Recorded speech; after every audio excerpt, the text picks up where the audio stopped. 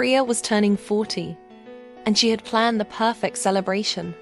A 5-star hotel, 200 guests, a live band, and a photo booth. Her husband Vikram, a corporate executive, had spared no expense. Their twin daughters, Riya and Sia, both 16, were excited about wearing their designer dresses.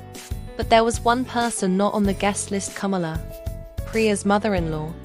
"She just embarrass us," Priya told Vikram. "She can't speak English properly. She eat with her hands, and you know how she dresses. My colleagues will be there. I can't. She raised me alone after my father died," Vikram said quietly. "She worked as a housemaid so I could study, and we've ever repaid that debt." Priya snapped. "We bought her that flat. We send money every month. But this is my night. I don't want a village woman ruining my image." Vikram said nothing. He knew arguing was pointless when Priya made up her mind.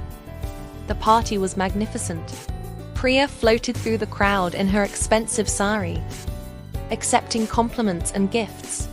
Champagne flowed, the cake was 7 tiers high, and social media was flooded with hashtag #PRIYA at 40. Around 9 p.m., there was a commotion at the entrance. The security guard was stopping an old woman in a simple cotton sari, carrying a cloth bag. It was Kamala. She had traveled 4 hours by local train to surprise her daughter-in-law. "Beta, I'm Vikram's mother," she pleaded in Hindi. "It's Priya Bahu's birthday." "No madam on the list by that name. Move along." Riya and Sial saw their grandmother from across the hall. They started toward her, but Priya grabbed their arms. "Stay here. Don't create a scene." Vikram saw what was happening and rushed outside, but by the time he reached the gate, Kamala was walking away, her shoulders shaking with silent sobs. He called out, but the music from inside drowned his voice. The party continued until midnight. Priya went to bed satisfied, her phone full of congratulatory messages. The next morning, Vikram's phone rang. It was their neighbor from his mother's building. "Vikram Beta, your mother. She had a stroke last night. She's in City Hospital. It's serious." The family rushed to the hospital.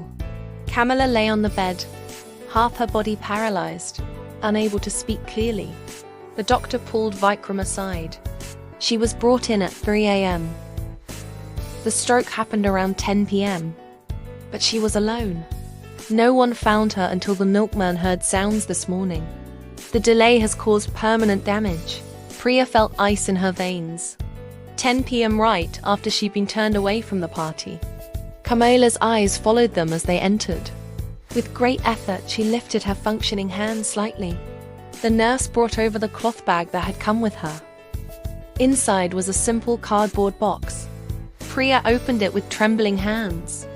It was a hand-stitched blouse exquisitely embroidered with golden thread. Every stitch perfect. Attached was a note in shaky Hindi handwriting. "Dear Priya Beta, I know you like expensive things and I can never afford them. But I remembered you once said your wedding blouse was the most beautiful piece you owned. I've been stitching this for 6 months. My eyes are weak now, so I could only work during daylight. I thought maybe you could wear it on your birthday. And remember that love doesn't come with price tags.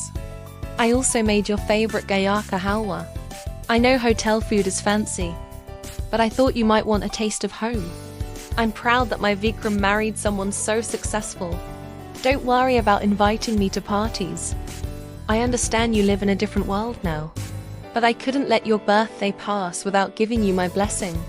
With love, your mother, Kamala." The halwa had spilled in the bag. The blouse was still perfect. Priya collapsed into a chair, the blouse clutched to her chest. The woman she considered an embarrassment had spent 6 months going blind to create something beautiful for her. While Priya had worn a sari worth 2 lakhs, Kamala had poured her soul into every stitch of this blouse. "I'm sorry," Priya whispered, taking Kamala's hand. "I'm so sorry, Ma." Kamala's eyes filled with tears, not of anger but relief. After years of being treated like a burden, she'd finally been called Ma. Over the next months, Camela's recovery was slow. The stroke had stolen much of her speech and mobility, but Priya transformed. She moved Camela into their home, hired the best physiotherapists, and spent every evening with her, learning the village songs Camela hummed. One day, while helping Camela with exercises, Ria asked, "Daddy, why did you still love Mom even when she was so mean to you?" Camela struggled to speak clearly, but managed. Love doesn't keep accounts. CL found her grandmother's diary while cleaning. The entries made them all weep. March 15th. Saw Priya's photo in newspaper. She looked so beautiful at that charity event. I cut it out to keep. June 3rd. Priya didn't answer my call today. She must be busy. I'll try tomorrow.